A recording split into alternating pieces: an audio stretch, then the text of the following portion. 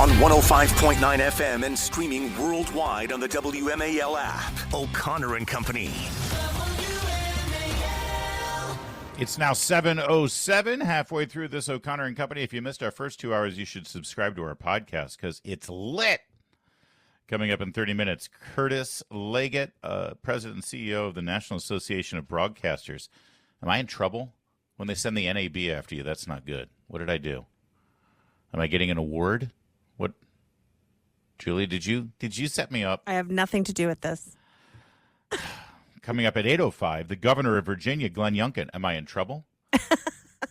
I'm very nervous about the only person I'm comfortable with, Julie, is Hans von Spakovsky, who joins us our now. Our friend. Right? Exactly. He's the senior legal fellow at Heritage Foundation, and he used to work in the Justice Department. He knows his way around this place. So can you help me out here? First of all, Hans, good morning. Thank you for being here. Julie, Larry, thanks for having me on. I'm no expert in the Constitution, but thankfully our founders wrote these founding documents of our nation in such a way that they're pretty easy to understand. And there is a separation of powers. There's certain responsibilities that are exclusive to legislative, judicial, and the executive branch. When the executive branch conducts foreign policy decisions, national security decisions, designating a foreign gang as a terrorist organization and rounds up people who are in this country illegally, who are members of that terrorist organization, they should have a right to send them out of here, right? I mean, why is this even a close call with this judge continuing to try to block these actions? Oh, you mean Judicial Commander-in-Chief Boasberg? That's the one. Yes, I know I voted for him. Yeah, well, look, you're absolutely right about this. And, his latest thing is saying, well, this gang, TDA as everybody calls it, is not a foreign country. Well, I wonder whether he actually read the proclamation issued by the president. And the reason that's important is that there's paragraph after paragraph after paragraph in the proclamation in which the president lays out how TDA has basically become an arm of the Venezuelan government. The Venezuelan government, everybody internationally acknowledges, is now a narco-terrorist state. Maduro is the head of an organization called the Cartel de los Sols, which is basically a huge drug cartel, and TDA is an arm of it, and this is all part of his objective. And here's straight language from it: using illegal narcotics as a weapon to flood the United States. So in essence, he's saying that TDA is being used as an arm of the Venezuelan government. Well, the judge just ignores all that when he said, oh, well, TDA is not the government, so the Alien Enemies Act doesn't apply. But he shouldn't be making that determination in the first place. It's not up to him. Apparently he thinks, I guess he must have his own CIA, his own FBI, his own intelligence networks that are somehow better than the president. And Boasberg wanted those planes turned around. He wanted those gang members to land at an American airport and be, I guess, transported by American law enforcement personnel to a jail, putting those law enforcement personnel in danger. It is astonishing to me what Boasberg expected the government to do. And yet Chief Justice Roberts, when, there was an appeal to him to discipline this judge, Chief Justice Roberts comes out and says, it has been established that impeachment is not an appropriate response to disagreement concerning a judicial decision. This isn't a disagreement. This is a national security concern. So why would Chief Justice Roberts cast it that way?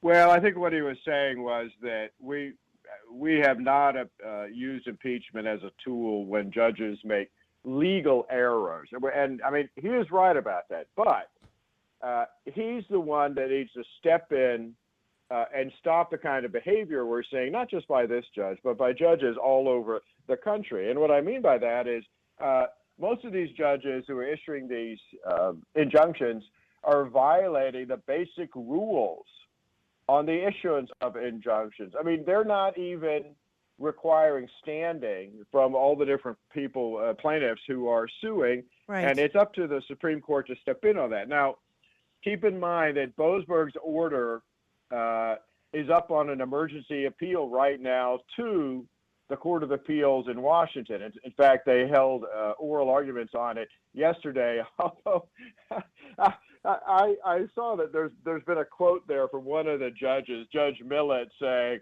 "Well, we treated Nazis better than we treated these Venezuelan gang members." I actually was wondering, is she talking about the Nazi saboteurs who we arrested at the end of June 1942, put them to trial a week later in the Justice Department, a room at the Justice Department? I've actually been in it. They were executed on August 8th. So from the time they were arrested, had their trial, to the time they were executed was 6 weeks. I think we've treated these Venezuelans a heck of a lot better than that. We're speaking with Hans von Spakovsky. There's some other orders here. For instance, Trump, through his powers in the executive branch, has determined that certain federal employees, especially those who are hired on a probationary period, which means, they're not official. Everyone knows what being hired on a probationary period means, that you're subject to dismissal. So Trump dismissed a bunch of probationary employees. Judge ordered him to rehire them back. Now, apparently he's taking this to the Supreme Court. Is that a fight worth having, and how do you think the SCOTUS is going to fall down on it? Yeah, that, again, was out of Judge Alsop, out of Northern California. And you're going, Northern California? Why is that judge issuing orders affecting the Treasury Department here in D.C., DOD? Well, they were judge shopping, right? They went to a very well-known liberal judge. Yes, it is a fight worth having, because what they're doing with this and other cases is finally going back on Congress, which for years has passed laws trying to restrict the ability of the president to actually run the executive branch. And that means being able to hire and fire people. And the Supreme Court is going to have to make a final decision on this, and the emergency appeal is up with them. By the way, Alsop's decision is really kind of dumb. You know why? He said it was illegal for OPM, the Office of Personnel Management, to fire all these people. Well, you know what the White House ought to do is say, okay, I, the president, am ordering each of you agencies to fire these people. Hans, on a larger issue here, the Trump administration is saying, all of these injunctions, these restraining orders, no president has had to deal with the volume of them and the scale of them. And this really is sort of we know there's no precedent for this, but there's also no precedent for a president coming in such a robust manner, doing what he's doing in such a radical, way, I suppose. So, I mean, obviously, there's not a lot of judicial restraint being applied here, but is this the kind of thing that you want the judiciary at least to be somewhat circumspect about, so that I'm trying to put the foot on the other hand here, right? If AOC becomes president and she starts doing a whole bunch of stuff, do I want judges to put the brakes on? Yeah, but they need to do it in a legal way. And what's going on now is not the way to do it. And it's also bizarre because you're getting suits filed all over the country as plaintiffs do venue shopping.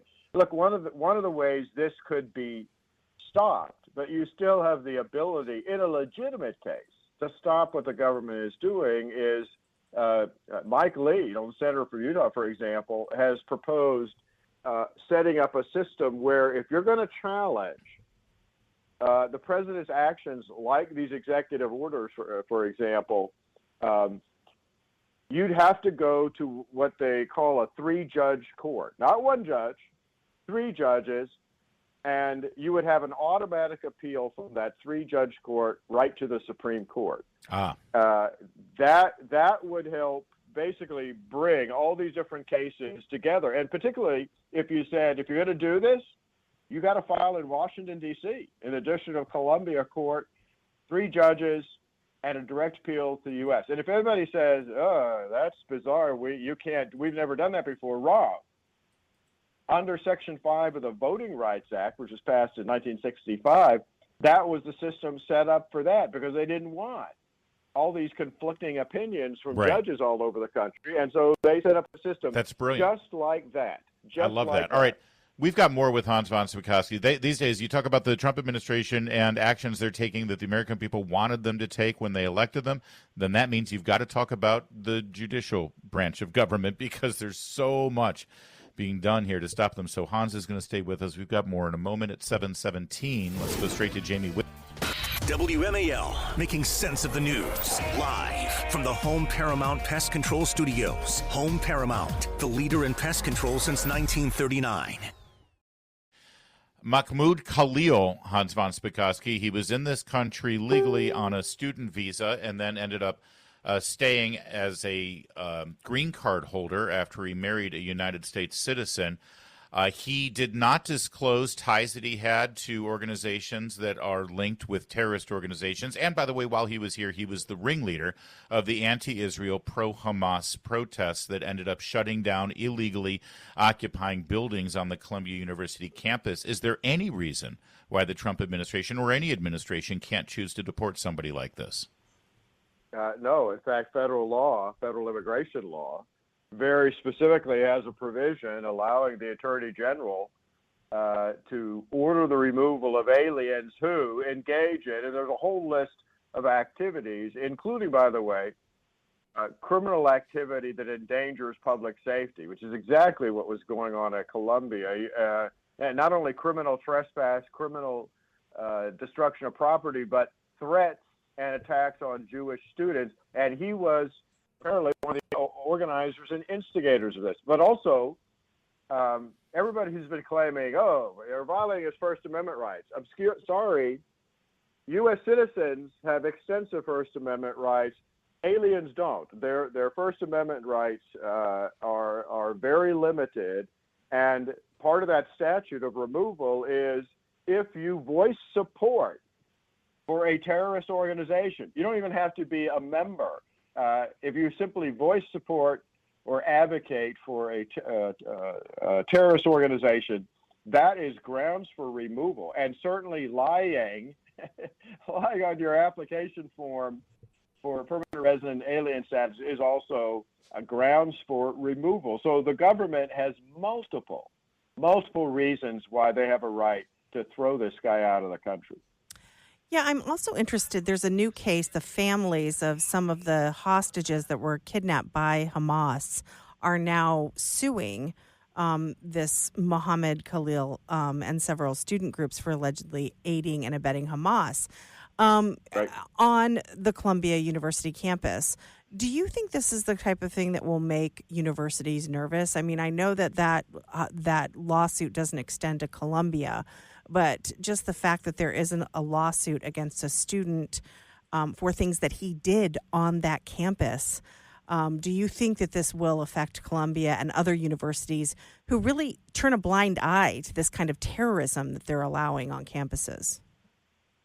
Well, I think it will help make them finally do something about it. But the biggest club that is finally making them turn around is the withholding of the money by the Trump administration. That is exactly the kind of move that was needed and is needed. And you know, I sit there. You know, Julie, you and I talked about this at one point before. Columbia University, they've got a huge endowment, billions and billions of dollars, and I wonder why. You and me and Larry, you know, we're taxpayers. Why is our taxpayer funding going to help pay for Columbia University, a private school? Right.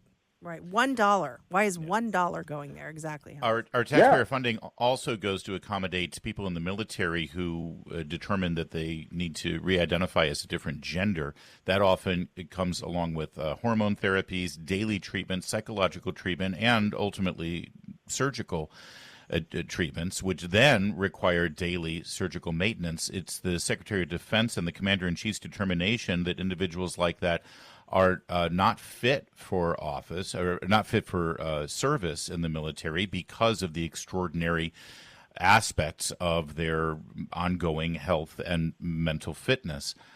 Again, a judge has blocked that. This is being held up as some sort of civil rights issue with regard to, this is just like keeping blacks out of the military. Are they on strong legal footing here with regard to transgender members of the military, Hans?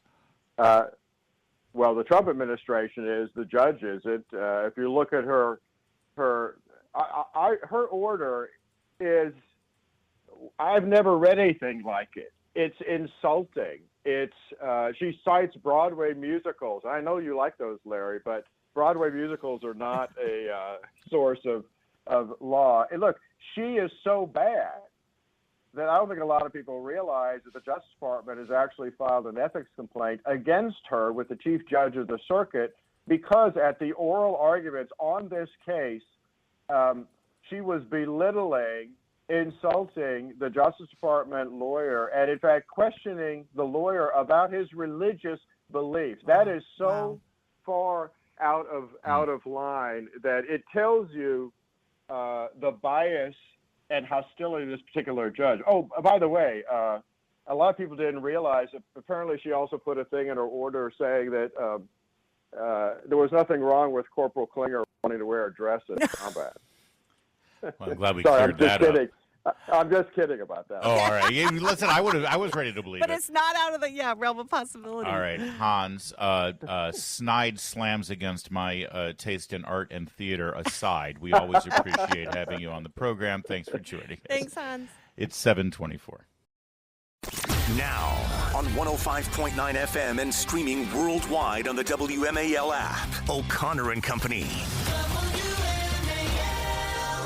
7:37 now. It's O'Connor and Company. Coming up in 30 minutes, we're going to speak with the governor of Virginia, Glenn Youngkin. It's Larry O'Connor with Julie Gunlock. Good morning, Julie. Good morning. Excited to bring in right now Curtis Legeyt. He is the president and CEO of the National Association of Broadcasters.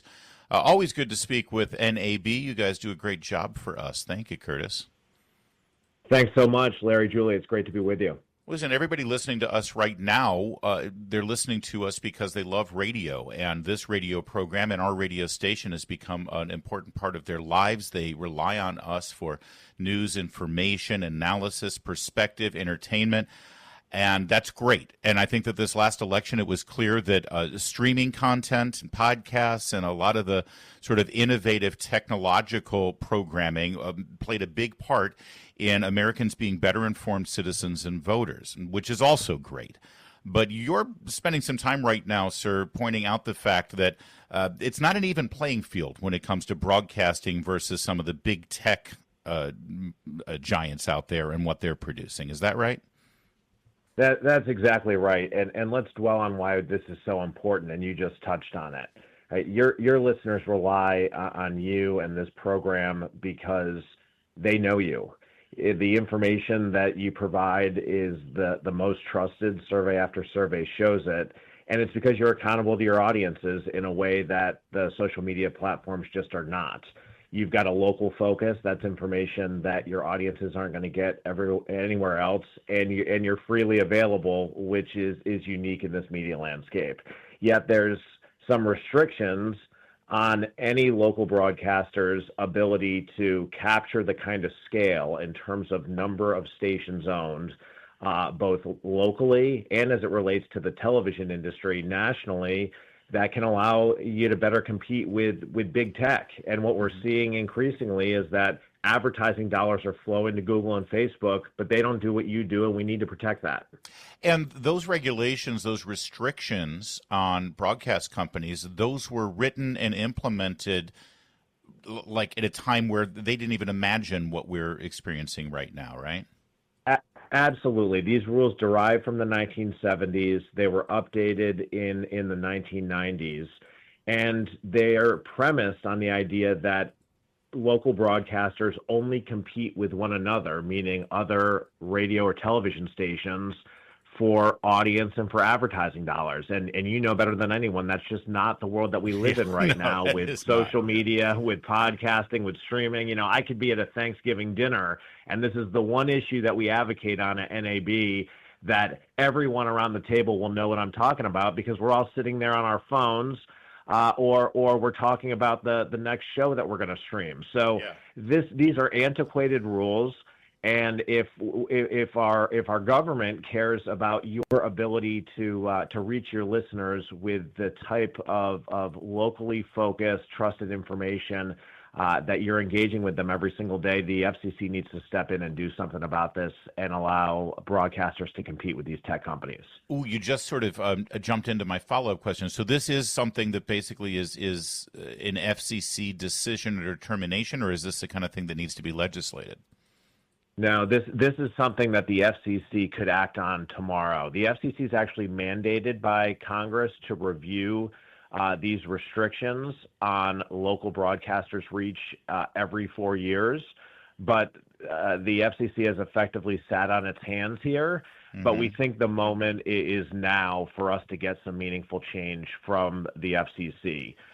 Current chair Brendan Carr has shown that he really understands the competitive landscape here. He has called this a break glass moment for broadcasters. Yeah. And we're really encouraged by the conversations we've had with him up to this point. You know, local broadcast stations from all over the country, including yours, were in Washington, D.C. a few weeks ago meeting with members of Congress on this issue. We had 560 local broadcasters from all over the country, local stations from all over the country, meeting with their legislators and pressing the point here that the FCC needs to act and Congress needs to encourage them to act, and they're doing that. Oh, that's good. And Brendan Carr is a friend of the program. Maybe we can have him on to discuss this as well sometime soon. He's a regular guest. We're speaking with Curtis Legeyt, President and CEO of the National Association of Broadcasters.